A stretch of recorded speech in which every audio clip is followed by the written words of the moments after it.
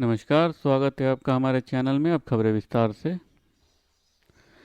लोकसभा चुनाव का समय करीब है। 13 मार्च के बाद कभी भी चुनाव की घोषणा की जा सकती है। ऐसे में बीजेपी और कांग्रेस समेत तमाम राजनीतिक पार्टियां अपने अपने उम्मीदवारों के नामों पर मंथन कर रही है। बीजेपी अपने 195 उम्मीदवारों का ऐलान कर चुकी है, वहीं कांग्रेस की ओर से 39 उम्मीदवारों के नाम की घोषणा की गई है। इस बीच आज सोमवार शाम बीजेपी के केंद्रीय चुनाव समिति की बैठक एक बार फिर हुई। दिल्ली में बीजेपी मुख्यालय पर हो रही इस बैठक में पीएम मोदी, जेपी नड्डा और अमित शाह समेत पार्टी के दिग्गज नेता शामिल रहे। बैठक में सीएए की अधिसूचना और रूल्स जारी होने के बाद पीएम मोदी का अभिनंदन किया गया। जानकारी के मुताबिक इस बैठक में महाराष्ट्र, गुजरात, बिहार, मध्य प्रदेश, तेलंगाना, कर्नाटक, हिमाचल प्रदेश, चंडीगढ़ की 99 सीटों पर उम्मीदवारों के नामों पर चर्चा हुई। बताया जा रहा है कि आने वाले 1-2 दिनों में बीजेपी अपनी दूसरी लिस्ट जारी कर सकती है। प्रधानमंत्री नरेंद्र मोदी ने सोमवार शाम को मिशन दिव्यास्त्र के लिए डीआरडीओ को बधाई दी। उन्होंने सोशल मीडिया प्लेटफॉर्म एक्स पर लिखा, multiple independently targetable re entry vehicle तकनीक के साथ स्वदेशी रूप से विकसित अग्नि 5 मिसाइल का पहला उड़ान परीक्षण मिशन दिव्यास्त्र के लिए हमारे डीआरडीओ वैज्ञानिकों पर गर्व है। 2022 में भारत की सबसे ताकतवर मिसाइल का सफल परीक्षण किया गया था। तब इसने टारगेट का 5,500 किलोमीटर दूर जाकर ध्वस्त कर दिया था। इस मिसाइल के डीआरडीओ और भारत डायनेमिक्स लिमिटेड ने संयुक्त रूप से मिलकर बनाया है। मुद्दा ये नहीं है कि इसकी रेंज कितनी है। चीन और कई देशों को ये डर है कि इस मिसाइल में जल्द उनका पूरा का पूरा क्षेत्रफल आ रहा है। चुनाव आयुक्त के पद से इस्तीफा देकर अरुण गोयल ने सबको चौंका दिया। हर तरफ उनके इस्तीफे की चर्चा है।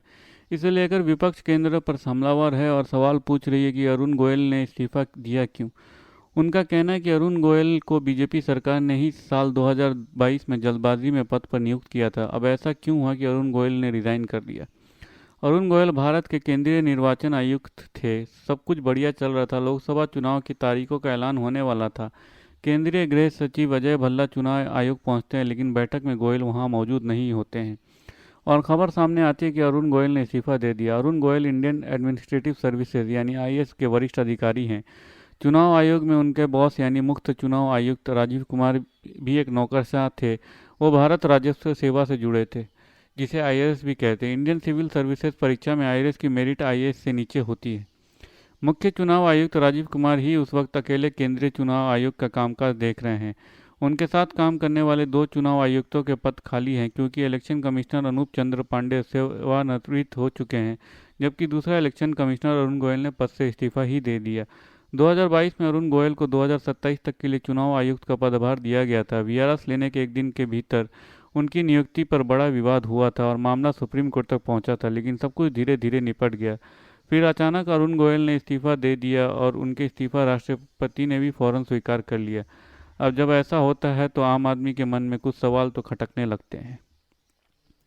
लोकसभा चुनाव करीब आ रहा है। केंद्र की सत्ता पर काबिज राष्ट्रीय जनतांत्रिक गठबंधन एनडीए और विपक्षी इंडिया ब्लॉक सीट शेयरिंग की गणित सुलझाने के कवायद में जुटे हैं।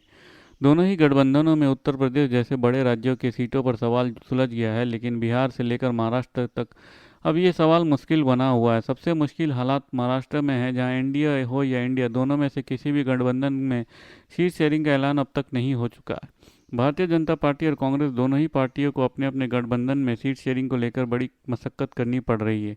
इसकी वजह यह है कि दोनों ही गठबंधन में जितनी पार्टियां हैं उतने ही डिमांड है। एनडीए में सीट शेयरिंग को लेकर गृह मंत्री अमित शाह महाराष्ट्र के बीजेपी और सहयोगी दलों के नेताओं के साथ बैठक पर बैठक कर रहे हैं, लेकिन अब तक किसी फॉर्मूले पर सहमति नहीं बन सकती।